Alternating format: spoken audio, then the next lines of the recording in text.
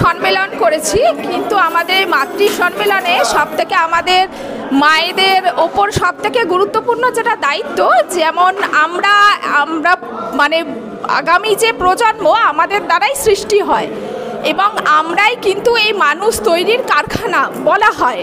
সেই যে আমরা প্রত্যেকটা বাচ্চাকে সংস্কার আমাদের বাড়ি থেকেই দিতে হবে।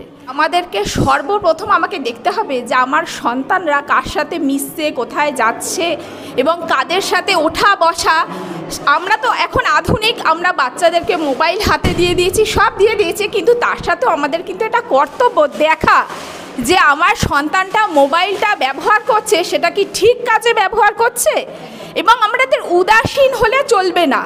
আমরা আজকাল খুবই আধুনিক হয়ে গিয়ে এই একটা মানে মডার্ন একটা শব্দ জুড়ে দিয়েছি আমরা আধুনিক, কিন্তু আধুনিকের সাথে আমরা উদাসীনও বটে। কেন উদাসীন? আমরা ছেলে মেয়েকে সব কিছু দিয়ে দিচ্ছি কিন্তু সংস্কারটাই দিচ্ছি না। স্কুলে গিয়ে তো সে সংস্কারটা শিখছে না, সেই সংস্কারটা আমাদেরকে বাড়ি থেকেই দিতে হবে। এবং আমরা আমাদের যে সংস্কার মানে আমাদের স্বভাষা, স্বদেশ, দেশের প্রতি যে তাদের প্রেম, আমরা কেন আমাদের নিজেদেরকে ভালোবাসবো না? আমরা আজকে আমাদের নিজেদের ড্রেস পোশাক সেগুলোকে ব্যাকডেটেড মনে করছি। আমরা জিন্স পরা, এই পরা, এগুলোকে আমরা মনে করছি এগুলো আমাদের তো ড্রেস, এগুলো যে পাশ্চাত্যের শিক্ষা, কিন্তু পাশ্চাত্য কি আমাদেরকে নিচ্ছে? তারা কিন্তু নিচ্ছে না।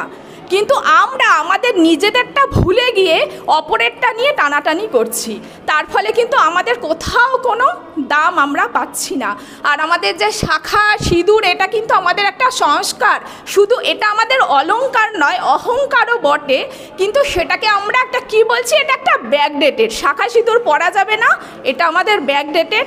কিন্তু শাখা সিঁদুরটা শুধু আমাদের একটা সংস্কার, একটা অলংকার নয়, অহংকারও বটে। কারণ এই সিঁদুরটা কিন্তু আমাদেরকে কোনো খারাপ শক্তি থেকেও বাঁচাচ্ছে। তার এটাই কারণ, আমি যখন সিঁদুরটা পরছি তখন কিন্তু যারা বাইরের যে বাজে পরিবেশ, বাজে লোক আছে, তারা কিন্তু ভাবছে যে না এ বিবাহিত, তাহলে এর সাথে কিন্তু আমরা সেটা করতে পারবো না। ওই সিঁদুরটাই কিন্তু আমাদের তার প্রমাণ। এর জন্য আমাদেরকে সংস্কারটাকে আমাদেরকে বাঁচাতে হবে। আমরা যতই মাতৃ সম্মেলন যাই করি নাই করি, কিন্তু যদি আমরা সংস্কার বাড়িতেই না আনতে পারি তাহলে কিন্তু এগুলো আমাদের সবই বৃথা যাবে। এগুলো আমাদেরকে বাঁচিয়ে রাখতে গেলে আমাদের মেয়েদেরকে আমাদেরকে শেখাতে হবে। আজকালকার আমাদের ঘরের ছেলেমেয়েরা প্রচণ্ড পরিমাণে অবাধ্য, কারোর কথা শোনে না, তারা স্ব ইচ্ছায় চলাচল করে, কিন্তু সেই সংস্কারটা আমাদেরকেই দিতে হবে। তাদের ভালো মন্দ দুটোই আমাদেরকে বোঝাতে হবে। নমস্কার।